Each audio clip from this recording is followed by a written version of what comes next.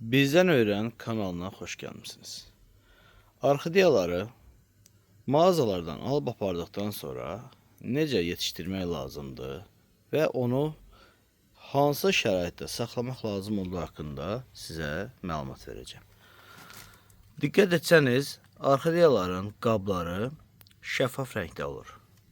Şəffaf rəngdə yetişdirilməsi məcbur olan bu orxideyaların səbəbi nədir? Nəyə görə?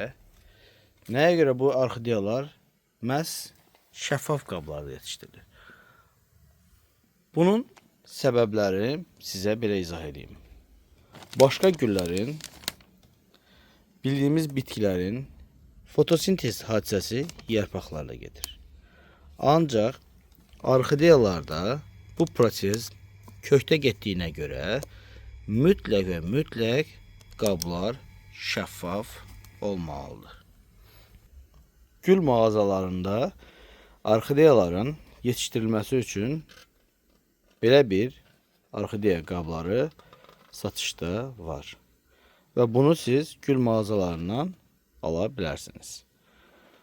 Bu qablar silikon materialda olur və bitkinin kökündən fotosintez hadisəsini yerinə yetirməsinə kömək edir.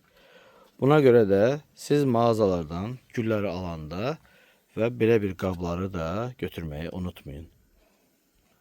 Qablarda əkmək üçün belə bir ağac qabığından və belə bir moxdan istifadə edə bilərsiniz.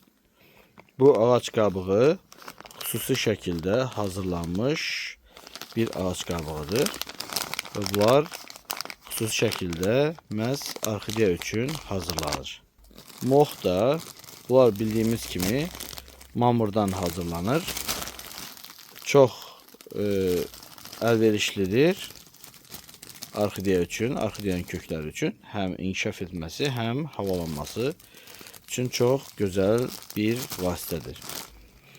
Bunlardan, moxlardan orxideyanın bu hissələrində, yarpaqlarının bu hissələrində artım baş verəndə kök atması üçün də istifadə etmək olur.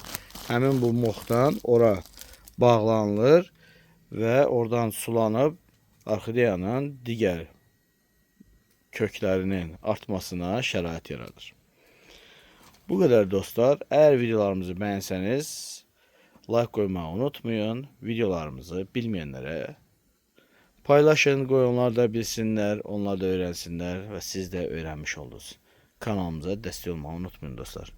Çox sağ olun, görüşərik.